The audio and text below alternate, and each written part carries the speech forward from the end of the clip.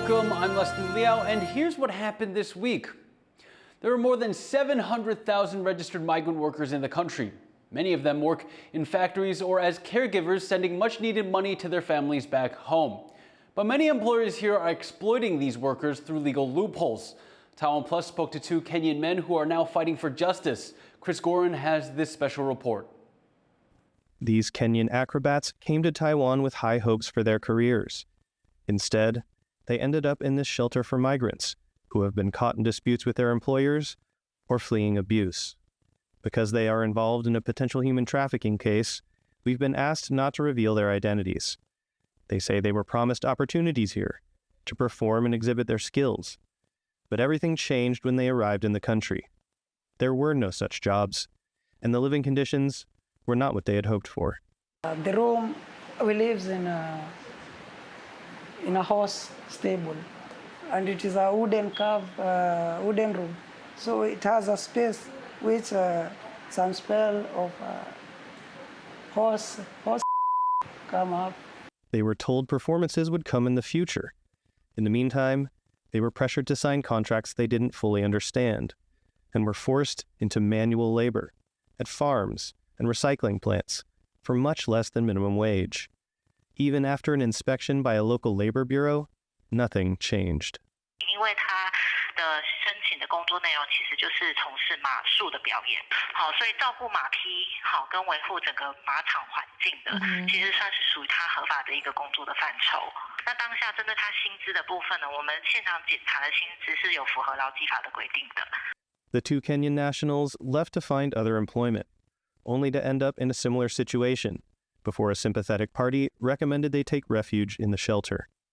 There are around 15 of these shelters in Taiwan, usually housing blue-collar migrant workers from Southeast Asia. But while the circumstances are somewhat different, the shelter says the Kenyan men's experience is all too common.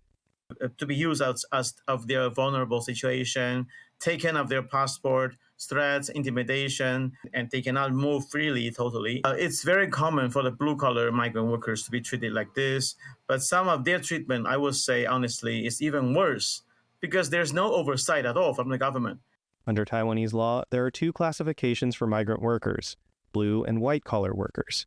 Performing artists fall under the white-collar worker category, which typically requires higher pay. But when it comes to performers, employers are not required to adhere to that. And now, the Labor Ministry says the case of the two Kenyans could be considered human trafficking. 假借说是白领移工的名义做其他的一些工作活动，那甚至还有用一些胁迫、暴力的这个方式，会涉及到相关的刑责。那这个部分会来做继续的处理。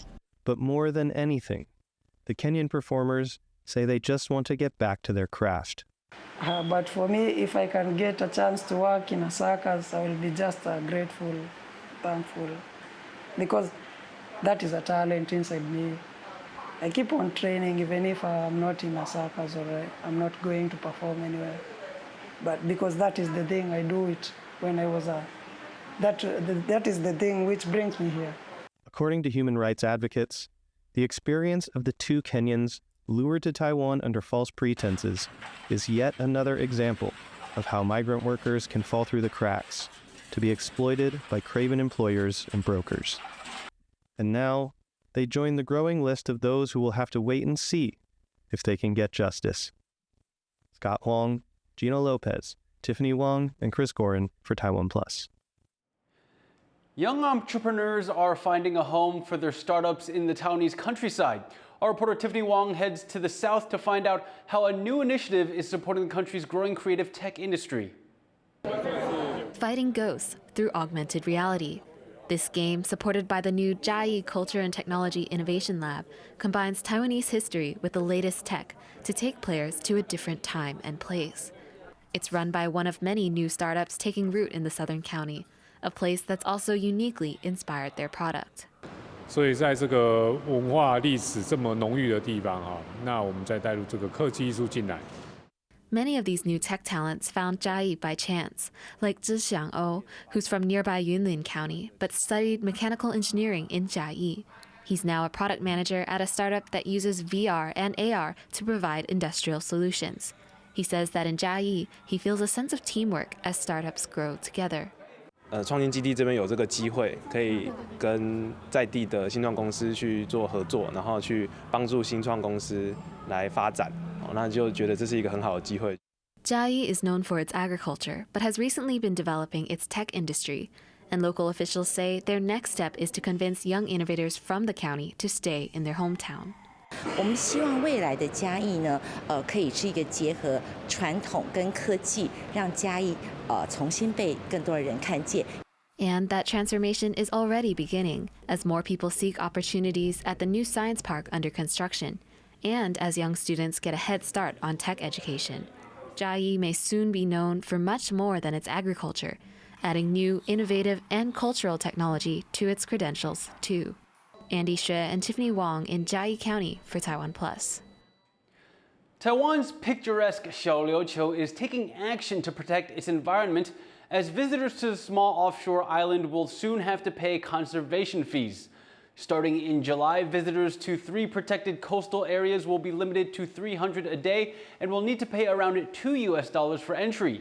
The restrictions come as the Pingdong County government moves to protect the island's ecology as tourism surges in the area. Xiaoliuqiu is one of southern Taiwan's most popular tourist destinations and draws hundreds of thousands of visitors each year.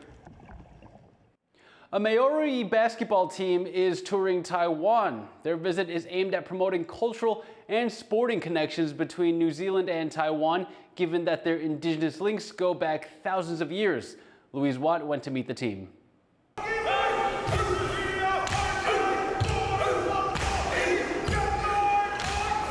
Gearing up for a basketball game, these Maori teams have travelled more than 9,000 kilometres from New Zealand to play against Taiwanese high schools. Their games are meant to forge closer ties between the two countries. And while they're here, the Maoris hope to rediscover their shared roots with Taiwan's indigenous communities. I think we've been aware for decades that our DNA comes back to Taiwan. Even though the indigenous people are the minority here, for us it's just making a connection to our past. The team from Rotorua City is on a 9-day tour of Taiwan. And between games, they're visiting and learning about indigenous communities firsthand. Scholars have found that the Maoris' ancestors migrated from Taiwan. Their language belongs to the same family as the island's indigenous languages, and they share hunting, face tattoo, and other traditional practices with Taiwan's indigenous groups.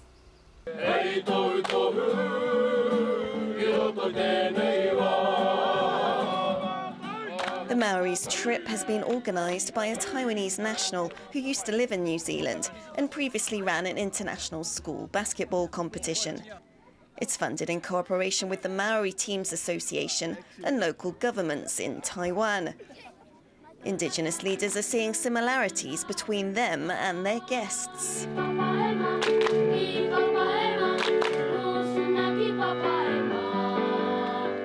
我们的歌曲、我们的舞蹈都会来自于我们自己的环境。那我想，我们对于自然的崇敬也跟毛利人一样。刚刚我们透过了我们的歌曲，还有毛利这个好朋友的这个舞蹈，我相信我们就看到了彼此身上的一些特质跟相近的地方。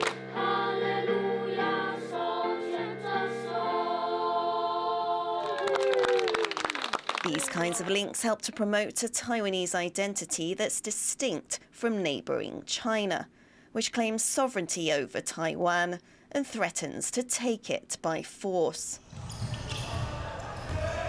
Back on the court, competition got heated. The Maoris lost to the home team in this game, but they're already planning to return and even the score.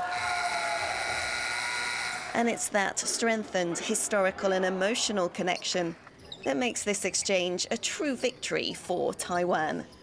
Patrick Chen and Louise Watt for TaiwanPlus.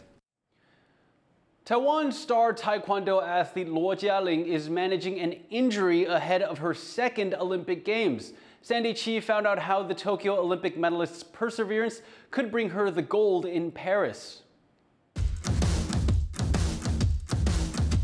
Featherweight Taekwondo fighter Luo Jialing is full of surprises. In 2021, she seemingly came out of obscurity to win bronze at the Tokyo Olympics. Then 19, she was the youngest competitor from Taiwan to win an Olympic medal in Taekwondo in over 30 years. 比赛的当下结束，然后站上颁奖台的时候，我的心情其实都非常的完全没有想法，因为我脑中一直告诉我自己说，我是真的得铜牌了吗？ Luo wasn't the only one surprised by her performance. 那时候真的是没有预想到她，因为太年轻了，而且又第一次打。 Although Luo's first Olympic win came early, she was tipped for Taekwondo glory from a young age. She has trained relentlessly for years, first under her father at his dojo, and now as part of Taiwan's national team, officially competing under the name Chinese Taipei. 我们有一次是在做斜坡训练，那他就有一点跑不上去的那种感觉。那当下我就在路边捡了一根竹子在后面追他，我说追到了我就打你这样子。他是边跑边哭，但是确实跑得比我更快。 At 183 centimeters tall, it gives her a reach advantage over most of her opponents, but also means she has to cut a lot of weight to compete in the 57-kilogram division. Now, at 22 years old, the day-to-day grind of training and losing weight has taken a toll on her body.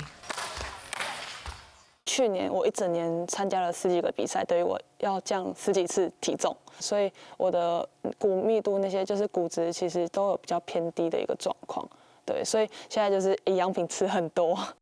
Luo's health became an issue while she was competing in the World Taekwondo Grand Prix in 2023.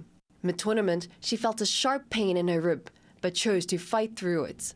他就跟防护员要了2颗止痛药，就吃止痛药就上去了。可那一场就完全没办法了。 然后后来是真的是没办法用走了下来，他就是用爬的，我们上去把他抱下来，然后轮椅推出来以后，回来台湾检查，又是肋骨骨裂。In the run-up to Paris 2024, Luo continues to compete while undergoing treatment for her injury. For Luo and her team, the temporary agony is a small price to pay for another shot at Olympic glory. 不能不打，因为不打就没有了。就是你在这个伤势下，怎么样与伤势共存？ 然后还可以比赛。Luo is determined to persevere through her injury and be in peak condition when she steps onto the mat in Paris this summer. 希望自己有更好的成绩嘛，尽可能的去把自己的心态去放松，然后去调整好，一样去用享受的感觉去这场比赛。Grit, determination, and perseverance have been the hallmarks of Luo's career so far. It would be no surprise if these qualities carry her once more to the podium in Paris this summer. Kamashu and Sani Chi for TaiwanPlus.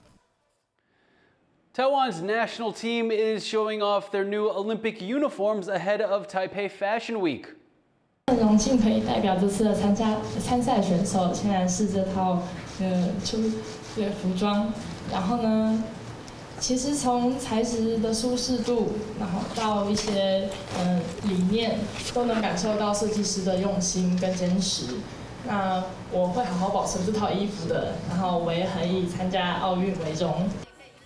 The opening ceremony outfits for the Paris Games were created by a team of stylists led by Taiwanese designer Justin Zhou, who also designed the team's Tokyo 2020 Olympic uniforms. He said he spent 6 months on this game's uniforms, all to make sure the national team looks their best on the international stage. 大家穿起来，其实你会像一个 team， 但是又不一样。像是我们自己，我们每个人都很独特。我也希望运动员，有这样子的一个应该讲说独特性，那让大家也可以发现说我们是 team， 然后但是我们有个人的目标，我们团队的目标，然后我们有不同的这个应该讲说梦想，那我们就用这种方式来呈现。 Thank you for watching. Here's what happened. You can visit the TaiwanPlus website or follow our social media for more stories from Taiwan and around the world. Finally, today, check out these images of Thailand's Songkran Festival celebrating the annual Thai New Year. I'm Leslie Liao. Take care and see you next time.